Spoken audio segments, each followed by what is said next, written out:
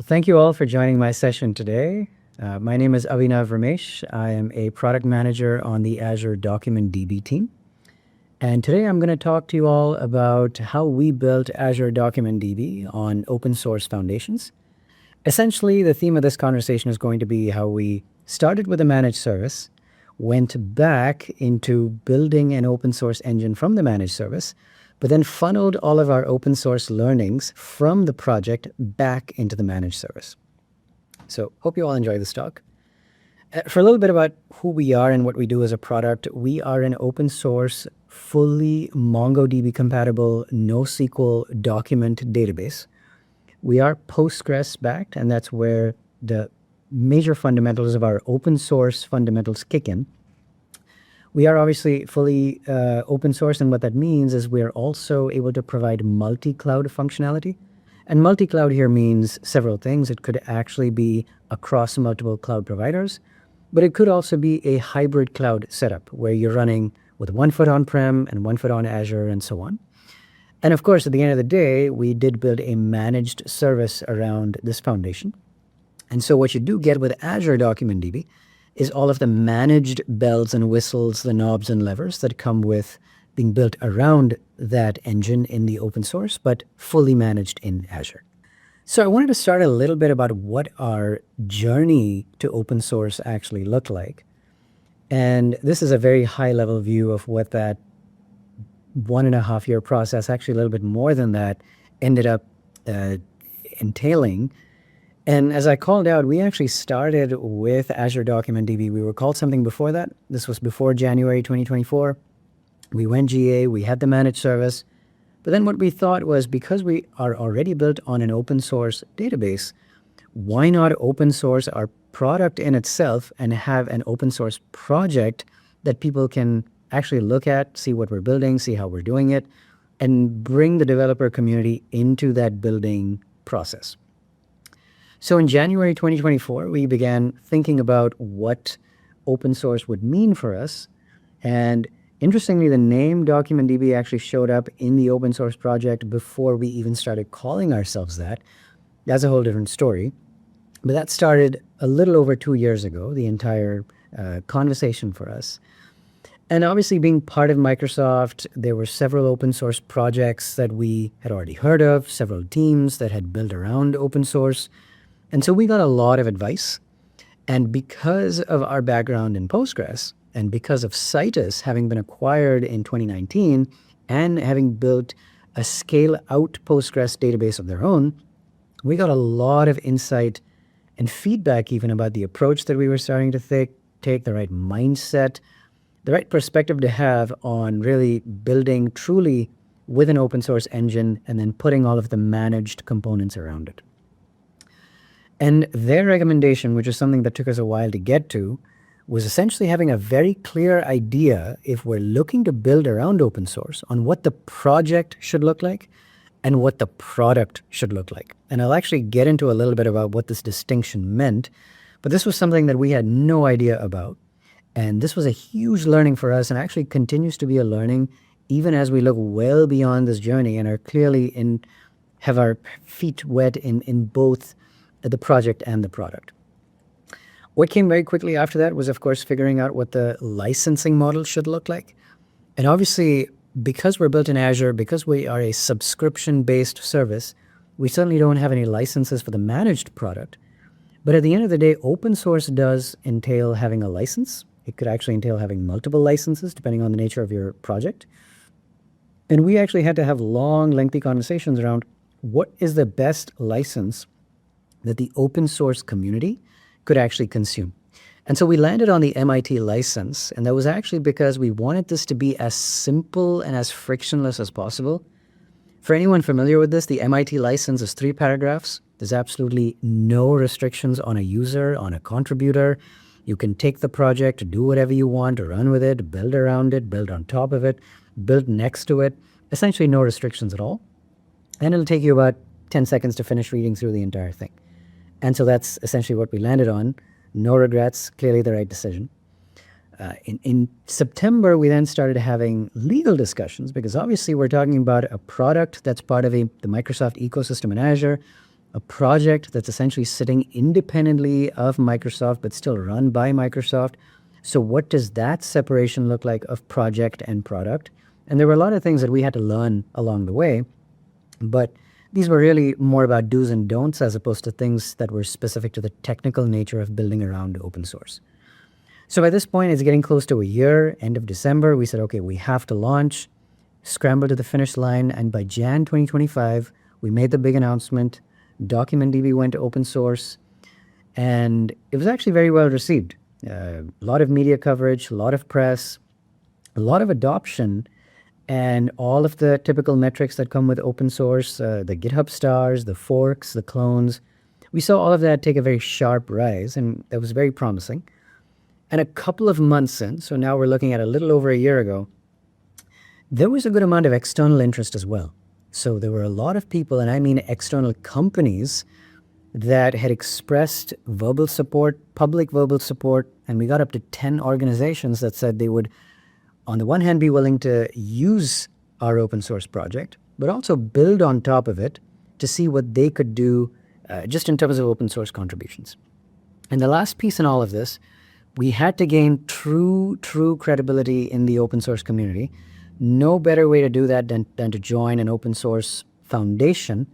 And that's essentially where the Linux Foundation came into play. And I'll talk a little bit about what that means and, of course, how that ties in to the product that's built around the project as a whole.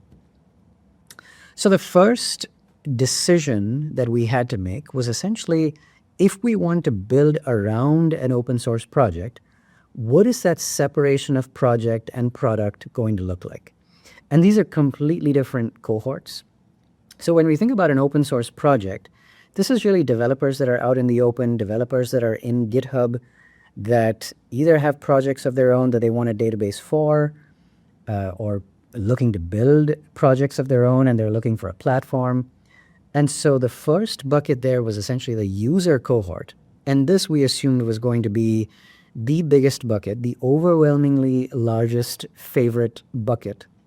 And what this really means is these are people looking to consume a database for their project, but not necessarily looking to build a database of their own.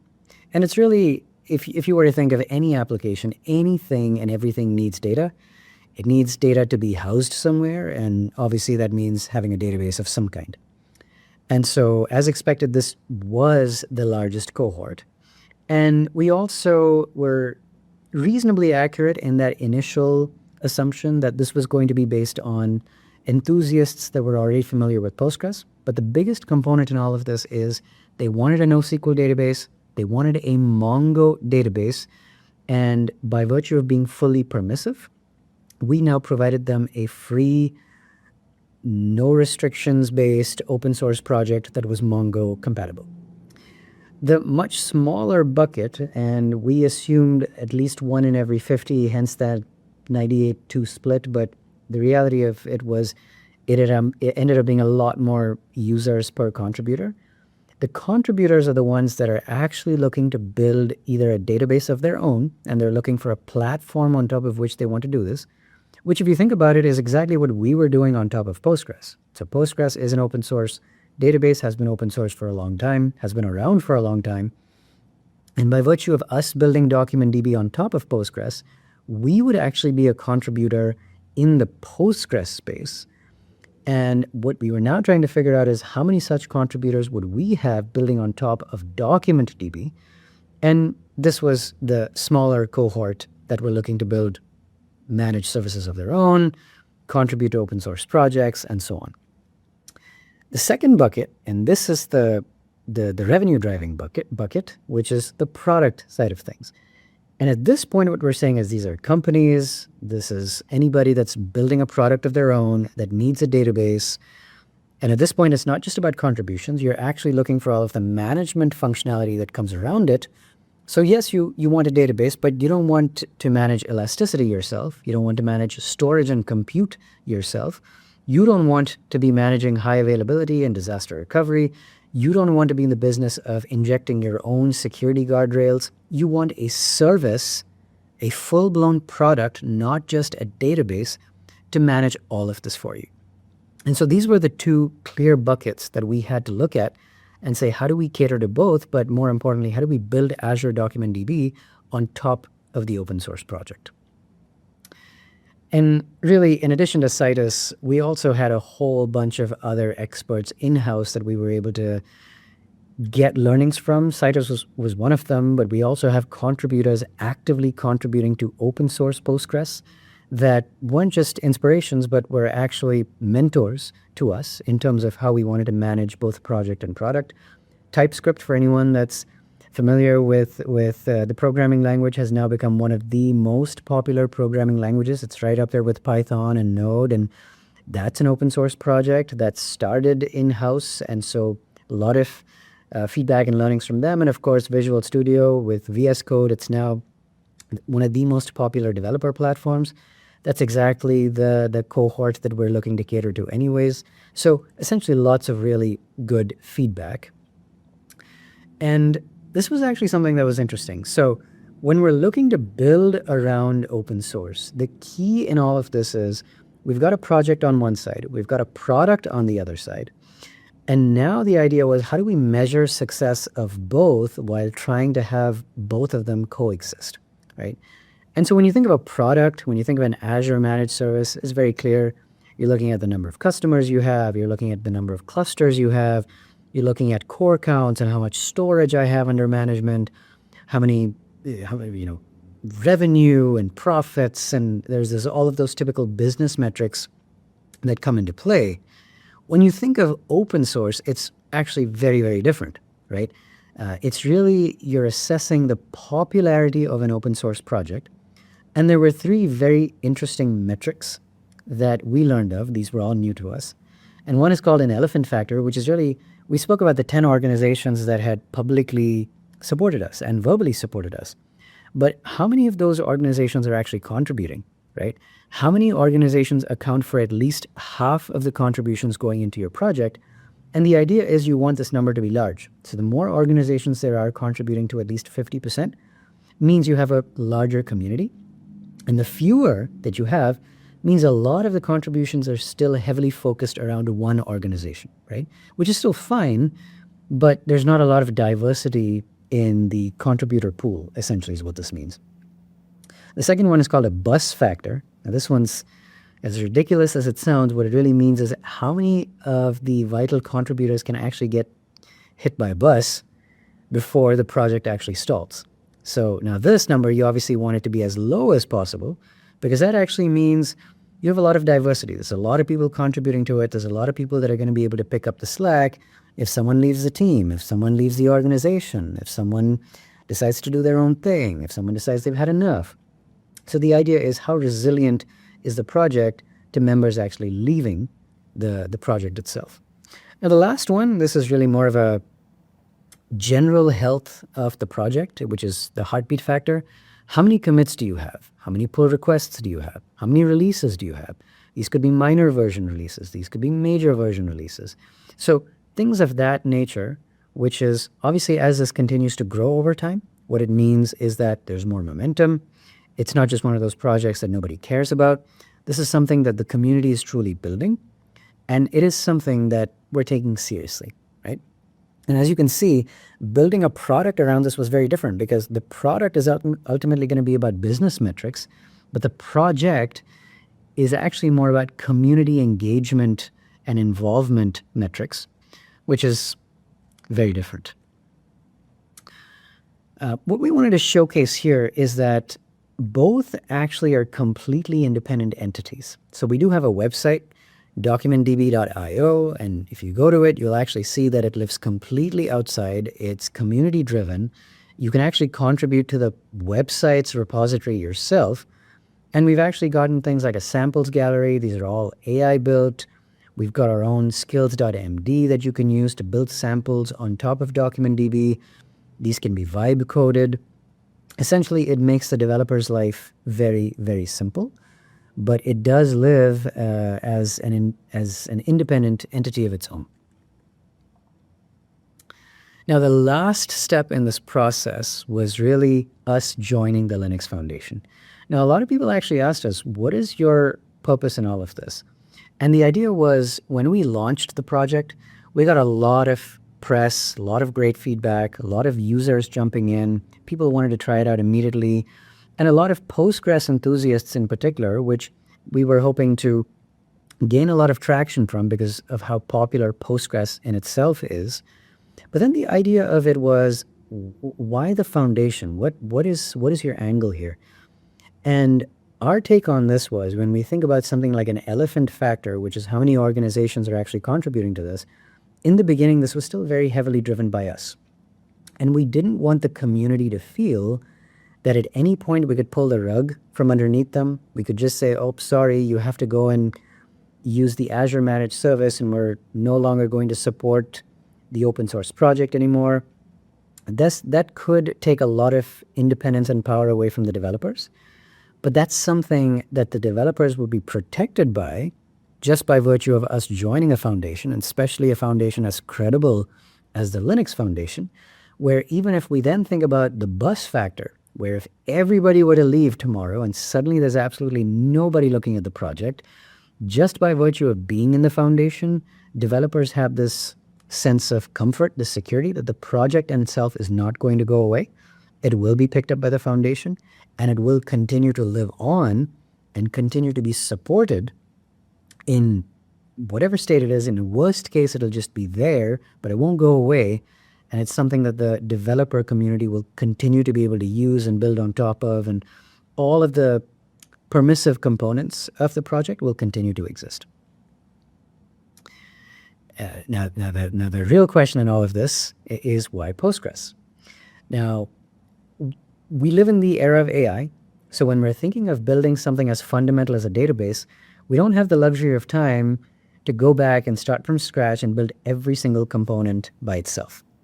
Now, Postgres has been around for a long, long time. It has solved a lot of problems. And if you just look at the popularity of Postgres, there's over 1 million developers worldwide, and I'm pretty sure this is a massive, massive underestimate. There's over 100,000 contributors that Postgres has had, and we have a whole bunch of them here on our team as well. If you just look at the commits in the last year, there's almost 45,000 plus commits, 50K plus GitHub stars, 300 million plus downloads. All this to say, it's an incredibly popular open source database, and it's been the fastest growing open source database over the last decade. And the beauty of Postgres, and this is something that we have leveraged in Azure DocumentDB as well as open source DocumentDB, is it's what we call extensible. So if a new solution had to be added in Postgres, yes, you can add something that's very, very fundamental to the engine itself, but you can add these extensions on top of Postgres that solve a whole bunch of problems. If you're looking to add replication and high availability, we spoke about Citus. Citus is actually a Postgres extension that's built on top of Postgres. You wanted to build a graph component to it. That can be an extension on top of Postgres, and it actually is. We are in the era of AI. So AI, when it comes to a database, is all about RAG, and it's all about vector search. PG Vector is an extension that's built on top of Postgres that allows users to do vector search on top of their database for more semantically meaningful results, right?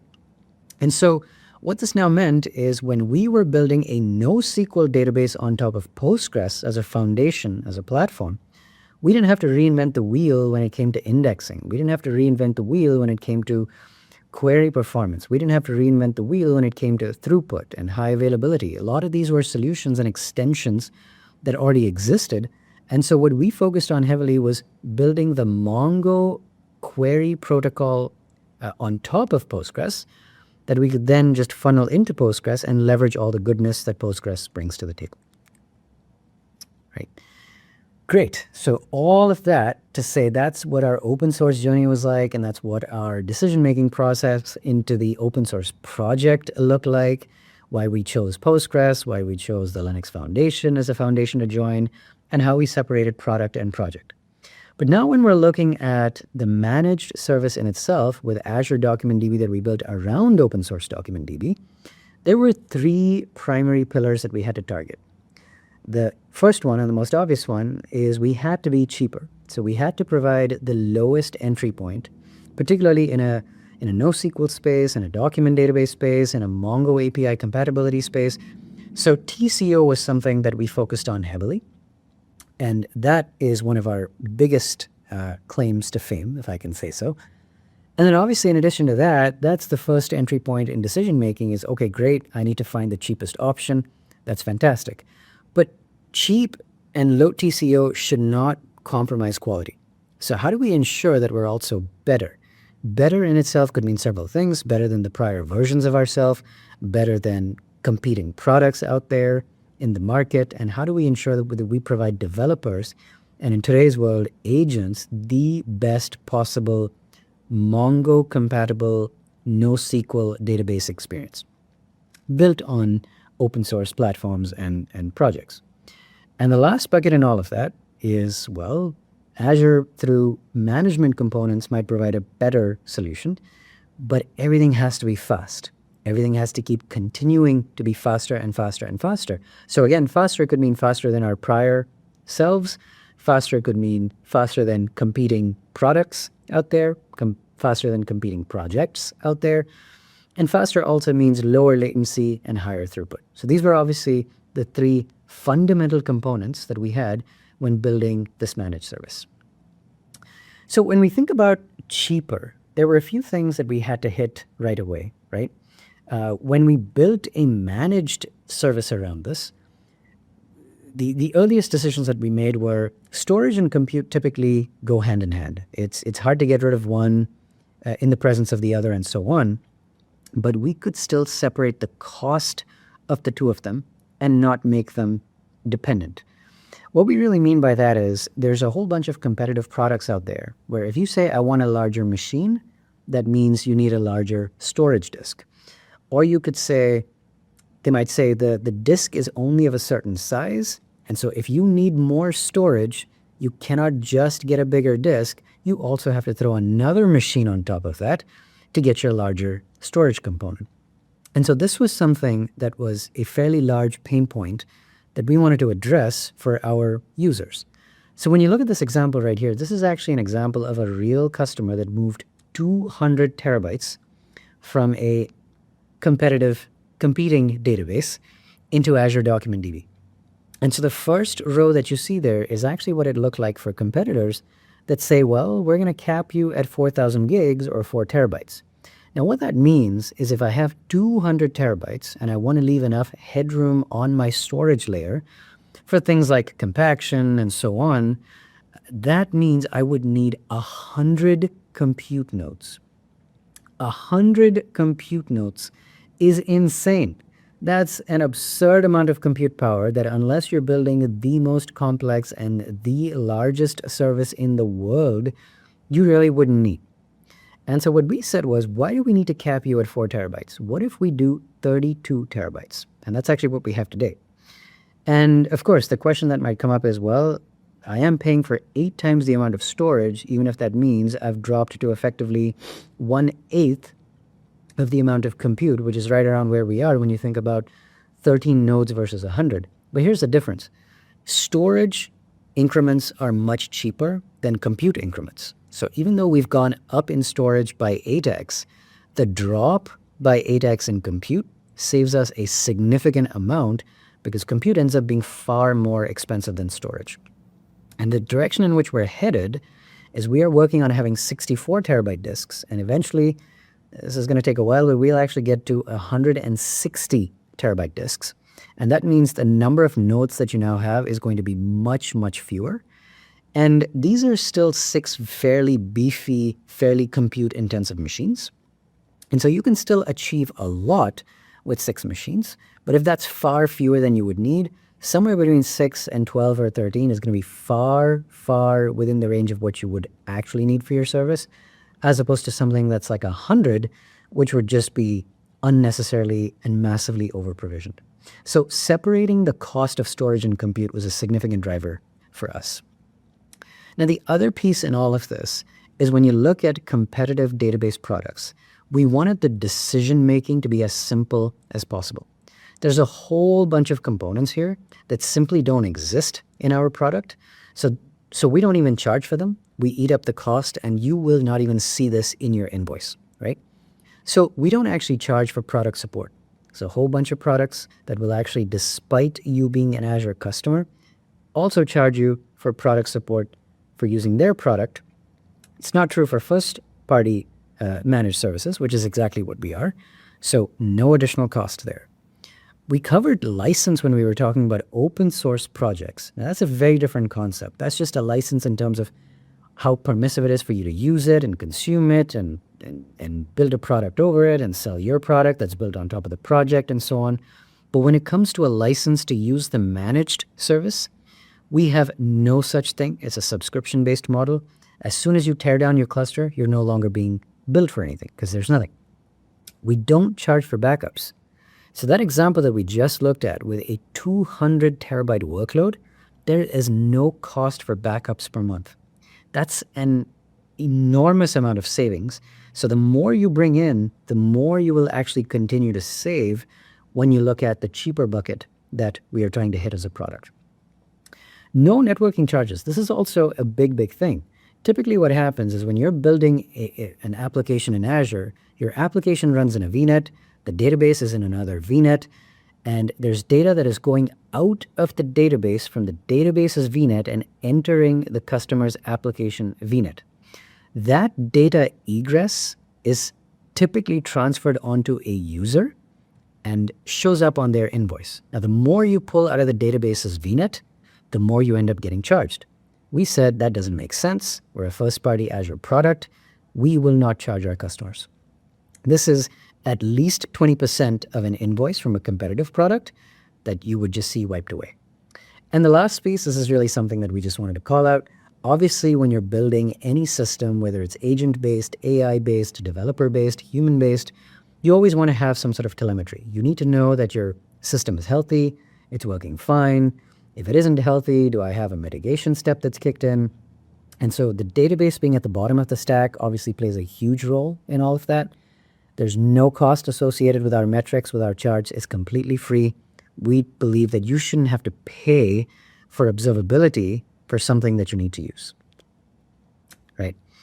And now here's an interesting customer story. And this was actually a customer that migrated from DB2 on-premise to Azure DocumentDB in Azure, obviously. This was a 262 terabyte migration from DB2 to Azure. And the biggest selling point in all of this was the fact that we had 32 terabyte disks. And when we compared our cost to what DB2 ended up costing them on-prem, in addition to the backups that they were maintaining, data transfer costs, their own data center costs, and the compute machines that they needed, they ended up saving close to $9 million a year, not just over their current expense, but even when compared to competitive products that were in the NoSQL Mongo compatible space. So this ended up being an absolute no-brainer.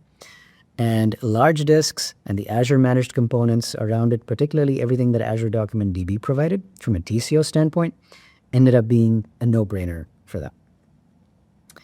Now here's another example. In this case, it wasn't DB2. This was actually a customer moving from HBase into Azure DocumentDB. And this was fascinating. So you obviously have your obvious components like compute and storage. And sure, they're reasonably close. We ended up being a good amount cheaper in storage as well.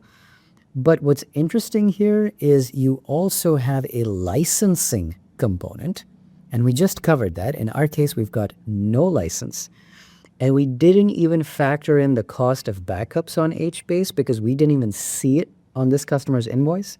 And we're actually ignoring the fact that backups would have shown up. But even in the absence of that, what we saw was the customer cut their bill in more than half. And more than anything, yes, there was a cost play here. But the most meaningful impact was the fact that they had to make fewer decisions, right? You're only thinking of the size of your machine and the size of your disk. You don't have to worry about licensing. You don't have to worry about backups. You don't have to worry about networking. You don't have to worry about a whole bunch of other things that are going to require some kind of rocket science for you to actually figure out how much it will cost you at the end. There's just two things, and two things only. Here's how much it'll come out to. It's predictable, and that's the end of it. Now, the next step, once we solved the cheaper bucket, was obviously addressing the faster bucket, right? And this was a very interesting journey for us. So by virtue of being built in Azure as a managed service, there's obviously components in the Azure ecosystem that we can leverage for our own product, right? And premium managed disks, SSD v2, which has been all the rage over the last year at the very least, but has started to become a lot more mainstream now, essentially came to the rescue. And in this case, we actually said, well, let's compare our former selves to our current selves and then see how much better we're doing. And obviously, this has to make sense not just from a performance perspective, but this should not cost the user anything more. So it doesn't make any sense if we're saying, well, we can actually give you 12x the performance that we used to have, but we actually want you to pay 12x of what you used to pay as well. Nobody's ever going to go for that. In the end, what we said was, if we look at where we used to be, the biggest selling point with SSD v2 is that it can get you far more IOPS, far more bandwidth, and you don't have to keep provisioning larger and larger disks. So we said that's something that our users should actually benefit from. In that example where we said our competitors actually cap you out at 4 terabytes while we go up to 32 terabytes today, we wanted to make the same claim about performance as well, right? In a prior scenario, we used to be capped at 20,000 IOPS, and you had to move to the largest possible disk. But today what we're saying is that we can go up to 80,000 IOPS. You don't have to go to the largest possible disk. And we actually eat up the cost of those IOPS ourselves. So effectively what that means is in all of this, you've now gotten a 12x performance boost at no configuration change, no scale up, and we've truly decoupled performance from the size of your configuration.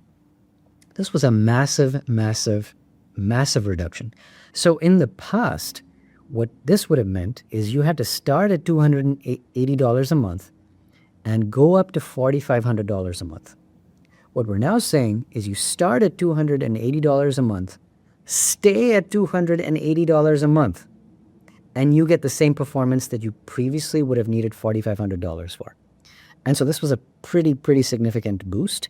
And it's faster because the IOPS essentially mean your writes are faster, your reads are faster, your latencies on queries are faster. So there's a lot of benefits. And because this was an internal optimization, we felt that you should not be charged as a user for this. Now here's something else that was interesting. We did an experiment recently. And with SSD v2, we were able to achieve 1 million writes per second on a single node. And the details of it are really what we've put in here. We had a certain machine. It was a 32-core machine.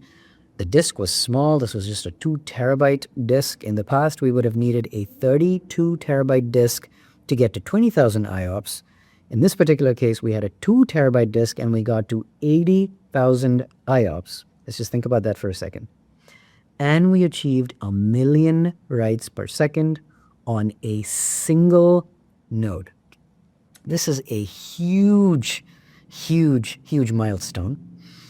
And more so than anything, when people look at this, again, the usual question that comes up is, well, are you asking me to provision an absurd number of machines, an absurd amount of compute to achieve 1 million writes per second? And so the best way to quantify this is to actually translate this into transactions per dollar. And we're almost at 200,000 transactions per dollar. If we compare a very similar setup on a competitor product, what we can actually see is we're able to, they get to only 80% of what we're able to. Now we're also cheaper, and so what that means is even though we're looking at a 20 to 25% difference in the actual throughput, we're looking at a nearly 2x difference in transactions per dollar. And all this to say, by the way, we still had headroom, so we could have gone beyond 1 million, but 1 million is where we were able to get truly sustained and consistent results. And with that, we have a demo to show the next piece in all of this, which is the better bucket. And the better bucket is all about how we're now able to achieve multi-cloud replication. Because we are built on an open source foundation. And as we spoke about earlier, the open source foundation essentially means we can run within Azure, we can run outside of Azure, and we've got a managed service in Azure. But what we are able to do is actually connect the managed component in Azure to pieces outside of Azure as well, in a different cloud, in a hybrid cloud. And that's essentially what we are going to showcase right here. Hello. In this demo, we will showcase multi-cloud functionality for DocumentDB using the open source engine coupled with the Kubernetes operator for the database provisioned across Azure, AWS, and GCP Kubernetes clusters. You can see here on the plugin that the state of the system at the start is that Azure hosts the primary and it replicates to GCP and AWS. All three are using Kubernetes with our open source operator and database engine. There's one instance each for our replicas on AWS and GCP, while there are 3 instances on Azure. This setup ensures globally strong data consistency and local high availability. Using our VS Code extension for DocumentDB, we have on the left the 3 separate connections. Those each connect to the cluster individually on each cloud. But in our application, we use a global connection string, which points to the primary and automatically changes when a failover is triggered to point to the new primary region for the database. So right now, it'll point to AKS. But after we do our promotion later in the demo, that connection string will start pointing to AWS. We're inserting data into DocumentDB on AKS. But I'm pulling up the collection on GCP, and you'll be able to see the records are being replicated to GCP and also to AWS. With our global strong consistency setup, any database insert operation made to the primary will only return a successful response to the client if the ingest data has been acknowledged by both the primary and at least one remote replica. This ensures that if the primary goes down, all writes confirmed by DocumentDB can reliably be assumed to be safe with absolutely no data loss. I'm going to pause for a moment now to allow some of the inserts to propagate to our data collection through Prometheus and Grafana so that we can view the chart. Now that that's done, you can see all the writes on Azure here in green, and we can now promote AWS to be our new primary. The promotion that we're doing here is a managed promotion. So the primary on Azure is first demoted, writes are all committed, and then the AWS replica is promoted to be the new primary.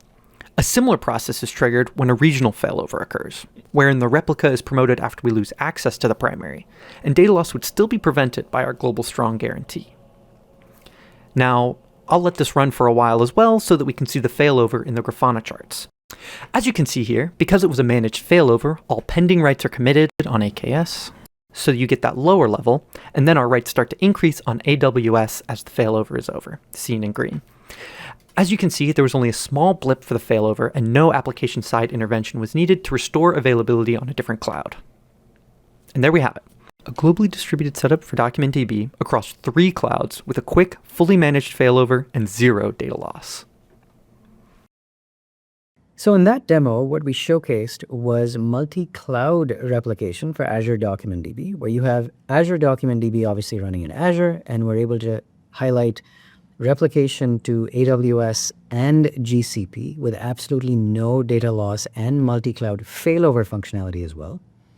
Now in this demo, what we have is a hybrid cloud setup where the entire purpose is the ability to run open source DocumentDB in a hybrid cloud, and this could be on-prem, this could be on IaaS, and then connect that to Azure DocumentDB, and also provide functionality where your open source version could continue to exist. So the hybrid cloud running on-prem or wherever it is could continue to exist even when the replication pipe to Azure, let's say, is broken, and steady state continues. And when that replication pipe picks up again and connectivity has been reestablished, the sync simply picks up from where it last left off, and we're right back to replicating into the cloud again. So with that, here's the demo. In this video, we will highlight sync replication in a hybrid cloud deployment for Azure DocumentDB using open source DocumentDB running on-prem using the Kubernetes operator, which is the first connection that you see in the top left corner of our VS Code extension, to Azure DocumentDB running in the cloud. What you see in the terminal output is a sync service that has been triggered to keep the two in sync. Both have no documents at the moment, and we will start by making a single document insert on-prem, And we will then validate that the sync service, after persisting the document locally, replicated the change to Azure as well. And when we click on Azure DocumentDB, we see the new document has made its way here. Next, we will make a change to update the document on-prem. We will make changes to 2 fields specifically. And once again, after persisting the update locally, we now want to validate that the sync service was also able to replicate the change to this document to Azure. And when we click on Azure DocumentDB, we see both fields changed here as well. Now, the last step that we want to validate is steady state operations continue undisturbed even when the replication sync service is down. So to do this, we've stopped the replication service. We go back in to our on-prem deployment of Azure DocumentDB. And what we want to do is we want to make 3 document inserts. And we want to validate that there were no errors in persisting the data locally. And of course, then we want to validate that the changes did not make it to Azure DocumentDB because our sync service is down. And here we can see that there was only 1 document in Azure while there were 4 on-prem. We'll then go back, restart the sync service. And once it's restarted, and we go back into Azure DocumentDB, we should see the 3 additional documents have now made their way here as well.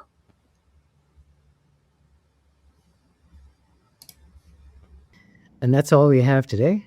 Thank you for being a part of my session. Thank you for listening to our long winding story on how we built Azure DocumentDB on top of open source foundations and on top of an open source project.